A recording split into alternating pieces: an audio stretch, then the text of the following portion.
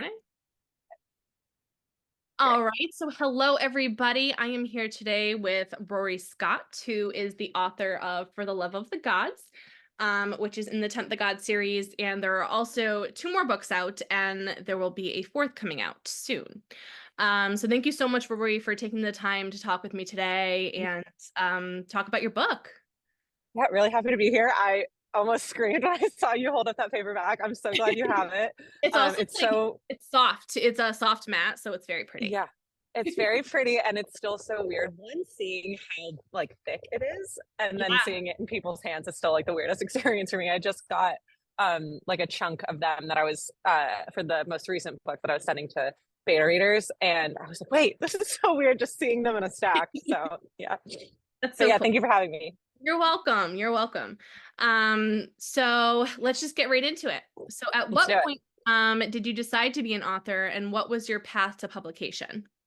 Yeah, so I think probably similar to a lot of people who are authors, I started in the fan fiction space. I had always been like an avid reader when I was in high school and middle school, and then tried my hand on it at it when I was in college. I wrote a Hermione fan, or it wasn't a Hermione fan fiction. It was Draco, and it was like an original character that was Harry's sister Oh, that I wrote that not a single person read.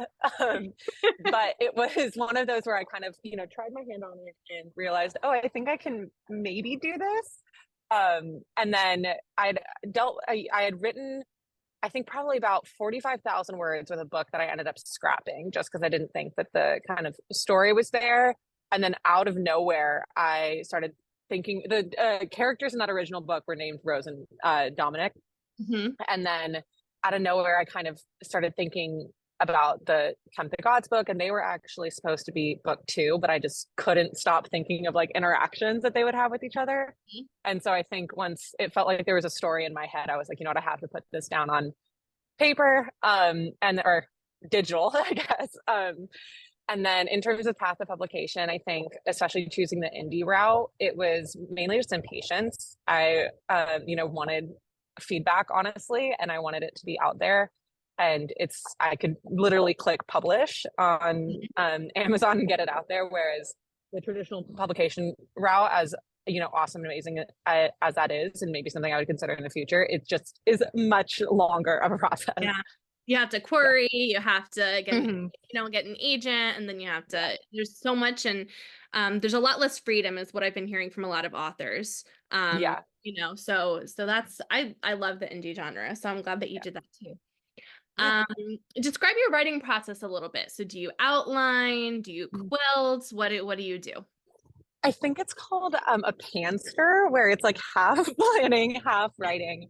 I think, especially at the start, I have definitely like certain scenes, which is kind of what I like to call it because it's like a whole picture in my head that could be like a movie or a TV scene that I have between two characters that I just really need to get down, and then points I want them to get to, whether that's kind of the big moment where they say I love you, or kind of the third act conflict and whatever that is. And then I slowly work my way there. I try to write in chronological order just because I think I end up like when I'm writing, I discover things as much as like the characters are discovering things about the way that they view somebody. And if I do it out of order, I can find that like I'm writing something on chapter 25 that I'd like them to be thinking chapter 5, type of thing. So I think it's pants. I'm somewhere in the middle. Yeah, yeah. Yeah. Um, I read Save the Cat, so now I know what that means. Yeah, exactly. It was like one of those trends where it was, I think it's, oh gosh, she wrote the book Threaded, and I'm blanking on her name right now, but she had done, it was like a meet the author thing that I also did, and she had taught me the word pantser. Cool, cool. Mm. So I mean, Greek mythology is probably one of my favorite things ever.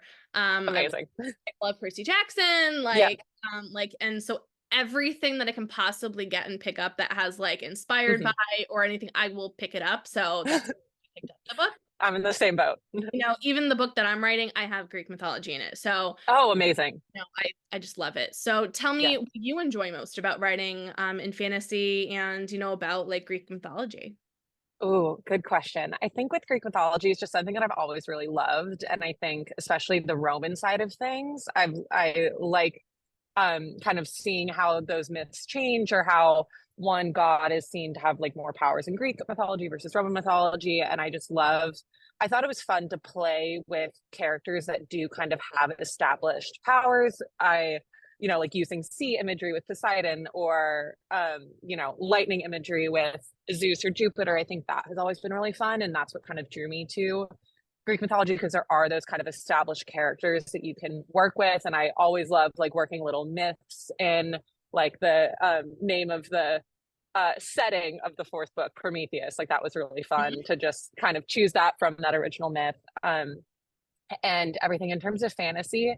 To be honest, I think one of my favorite parts about fantasy is the ability to have it really high stakes with a really realistic who did this to you moment where someone is actually like really harmed or a moment where someone's life is in real danger. I really love working with that and that's much easier to access in fantasy. I think it can be done super well in contemporary, but it's just kind of fun to deal with situations where it seems plausible that a knife or an arrow is pointed at someone's throat, and kind of work with that. And I think I'll always write at least in the space with fantasy elements. Awesome. Awesome. What do you need in your writing space to help you stay focused and on task? I think definitely a good drink. You saw I love coconut water. That's what I was drinking when we first stopped on. Tea. I'm not a big wine person while I'm drinking. I think it's like good for the aesthetic. I'll put things in wine or wine person while I'm writing. I'll put things in wine glasses, but that I think a comfortable space or and then my screen protector. That's a good one. I have a really nice screen protector because I actually write really well on airplanes and I am not ashamed to say that I think I wrote the first time that Raina and Adrian, I think it was the cabin scene. I think I wrote that on a plane. Oh, cool. So I definitely need my screen protector.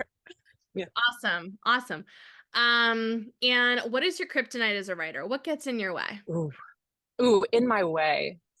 I would say sometimes when I think too much ahead, it's like I really, really, really want to get to certain moments. I don't know if you can relate to that as somebody who's writing a book, but I sometimes can get, or if I feel like it's not flowing, that's something that I definitely am working towards, being able to write when I not feel like I could write 5,000 words in one sitting, but just taking little moments to, maybe write 500 or just push myself to do whatever my writing goal is for that day and just see what comes out rather than only relying on moments where I feel like the story is just like jumping out of me. Yeah. No, totally. And it's like an impatient. I mean, I have ADHD, but like, so Yeah. that's like a totally different kind of impatience, but it's just like, I Mhm. just want to get there and I want to write it, like Mhm. I have the plan, and I know where Mhm. I need to go, but it's just like, oh, I have to write like all this to get there, because I like Yeah. want to be excited just like I am when I'm Mhm. reading. Exactly. So I definitely relate to that. Mhm. So let's move on to the second Okay. part of the interview. And we'll Yeah. just talk about For the Love of the Gods, just in case anybody hasn't read. Hasn't read the rest of the series. No spoilers. No spoilers. So if you had to describe For the Love of the Gods in a sentence or less for anybody who has Ooh. just been learning about it, what would you say? I would say Percy Jackson for adults with angst, spice, and everything nice in it. That's the Love. I always say that. Um Definitely there's those comfortable elements of Greek mythology that we all grew up loving.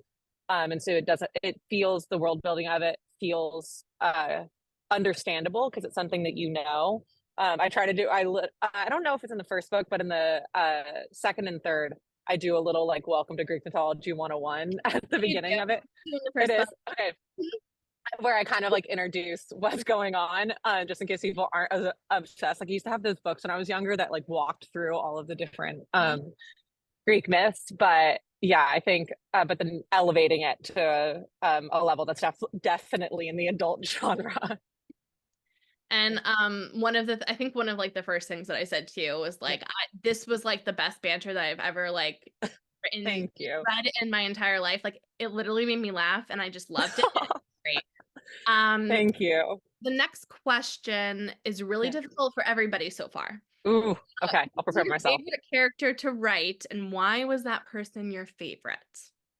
Ooh, I'm gonna Hmm. contain it to the first book because my real answer is somebody who I can't say yet. Especially for, there's no spoilers, but I think Rose is just there's like so many parts of me in her, and I think being able to explore for her, it was really important for me to have her be very kind and have that be a choice, even though people around her don't treat her with kindness. That obviously with Dominic, she chooses to fight back, and that's part of their dynamic. But with a lot of other people, she definitely chooses the path of just kind of, like kill them with kindness. And I thought that was something that was really interesting to play with. That despite how horrible her circumstances were, she still really maintained that conviction. And I thought that was great. I'm going to say Rose, but Dominic is a very, very, very close second for just the first book. Yeah. I like that. I mean, I just think it's very cool when authors like put themselves like in the main Yeah. character, because it's kind of like you're writing like how like something that you would wish would happen to you, Yeah. something like that. So E- that's exactly. Yeah. what was the most challenging part of writing this book? Ooh, I think that's a really good question, and I want to give it some thought. Um, I think honestly, at like the book's about a little over 100,000 words. I think about at the 80,000 word mark where I equally felt like what there was so much more to put down and not a lot of space, and also feeling like I was done with it. That was a really hard part. And I ended up adding, I had the book done and I just kind of felt like something wasn't right, that it was moving a little bit too fast, or it just didn't feel right. And I think at that moment where I was like, I feel like I'm almost done, but not really, that was a really hard feeling to kind of navigate because it's difficult. It was whether or not that was like self-doubt talking of just the fear that, oh my God, the fear before you like send out that like beta reader email or ARC email thinking that it's going to be horrible and you just don't know it, or something that actually needs to be changed. And I think I took a step back and then I ended up adding like 2 or 3 scenes that I think really did kind of round out the book well, or at least I hope they did. One of them particularly was the council scene. That was one that was like a last minute ad that it is now one of my like favorites. So yeah. Awesome. Um, and this is another tough question. What's your Yeah. favorite line or quote from the book? Oh, I think in terms of romantic lines, like when they got in their like real couple fight, Hmm. and he said, Dominic says, you are not trivial, you are not replaceable. I really like that one. Especially in the context of kind of the whole story revolves around all of these gods having a replacement and having a counterpart. And Dominic and Rose being that to each other. And then, I mean, can I cuss? Yes. The other one it always kind of makes me smile is we fight like we hate each other, we're gonna fuck like it too. That is always one that I think of. I love that. It's so funny. Okay. And so, when writers are writing, like, I Hmm. mean, it's different maybe for Greek gods because, Yeah. you have renditions about what they would look like. Hmm. But as far as actors, like if you had to fan Oh, cast Rose and Dominic, who would those people be in your mind? this is gonna come, or apparently it's a shock to everybody unless you've seen the fan art. Dominic is blonde. I'm so sorry to everybody who thought he was a like tall, dark, handsome guy. He's blonde, and Charlie Hunnam was 100% the Oh, fan cast for that. I was a huge Sons of Anarchy fan specifically. I don't know if you've seen the movie The Gentleman. no. Charlie Hunnam's character, and that was a huge inspiration. For Rose, it was more of kind of like an abstract picture, or it's like I knew her physical description down really well. If I had to pick somebody, I think I would say Elizabeth Olsen.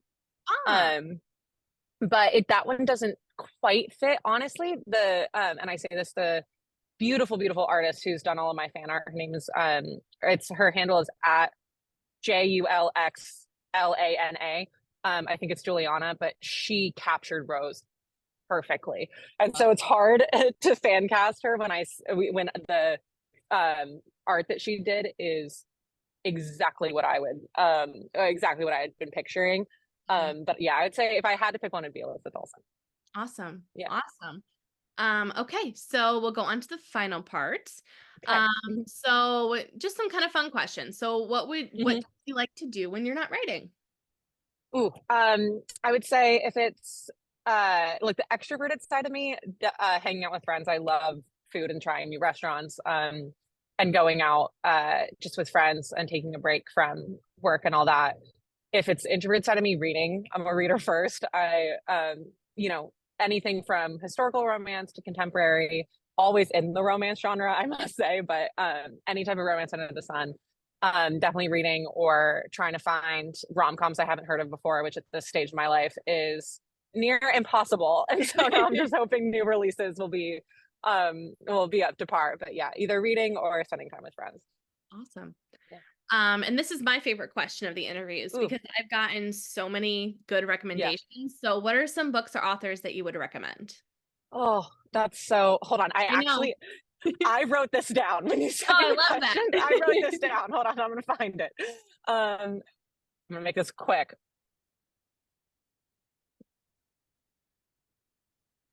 Recent. We're gonna find it. We got it. I would say for backlist binges, because that is my specialty. I love to find Yep. one author and just read everything that they've ever written. Um, Sarah McLean is an amazing, amazing author in the historical romance genre. Everything she writes is absolute perfection. I love her so much. Awesome. My favorite fantasy romance book is definitely called The Wrath and the Dawn. It's Yeah. by this Yeah, yeah. oh my I that book Yep. literally changed my life. There's another really amazing. It's series of books. She everything she writes is Nicole? amazing. Jessie Mahalik. Okay. She wrote. It's a sci-fi romance series. The one that I would start with is called Hunt the Stars, and it's also interconnected standalones, Cool. which I think is really fun because you kind of get closure on a romance, but continuation on the plot, which I also write interconnected standalone, so I definitely respect that. And I think oof, The Winter King by C.L. Wilson is one I always recommend, and I'm praying that she releases a third book in that series sometime soon. Yeah, I'm gonna stick with those. Awesome. Those are some great recommendations. Thank you. Um, and so if you could share some advice with aspiring authors or to a Yeah. younger Rory, what would that be? What would you Oof. To a younger Rory, it's going to be okay. In say? all aspects of her life, it is going to be okay. Um, to any other aspiring authors, I would just say trust yourself. If you feel like you have a story to tell, you probably do. And if you like what you're writing, that's really at the end of the day all that matters because everyone's going to come to your books with a completely different perspective, and someone might like it and someone might not. So I try not to look at Goodreads reviews, but um, some things that people will mention as a part of the book they didn't like is someone else's favorite part. And so I think it's just as long as you, I think obviously with the caveat that you remain like respectful and kind first and foremost. If you feel like you really have a story to tell, it's worth telling and try to block out the noise because also don't get into reader spaces like that's for them. Reviews are not for you unless they're unless they were you directly ask for feedback. Reviews are to help inform other readers and try not to take it personally because it's like your brainchild. So when someone Yeah, thinks a 4.5-star review is glowing, it is. First of all, it is a glowing review, but it's hard as an author to try to separate that. And I personally think it's like reach out to other authors, let let talk about that with other people who can experience it, and let readers do reader things. And I think that's the best way to go about it. good advice. Good Yeah. advice. Thank you. Um, do you play music while you write? And if so, what kind of stuff do you listen to? What inspired? I mean, we have a playlist right We here. do have a playlist. So I was just looking at it. So we had like songs that like I know Sex on Fire by Kings of Yep. Leon, Labyrinth Taylor Swift, This Is Me Too Hmm. Taylor Swift, Delicate Taylor Swift. Um, were those songs that you listened to while you were writing the book, or they're just things that remind you of the plot? I think half and half. When I'm listening to songs, I will have a moment where I'm like, oh my God, that has to go on the playlist. And I definitely do listen to the playlist while I'm writing. I think the playlist I listened to the most while I was writing was the playlist for The Gods Only Know, because there was one song on there that I felt like really, really, really captured. It's called Remind Me to Forget You by Seafret. What I was the like emotion I was trying to capture.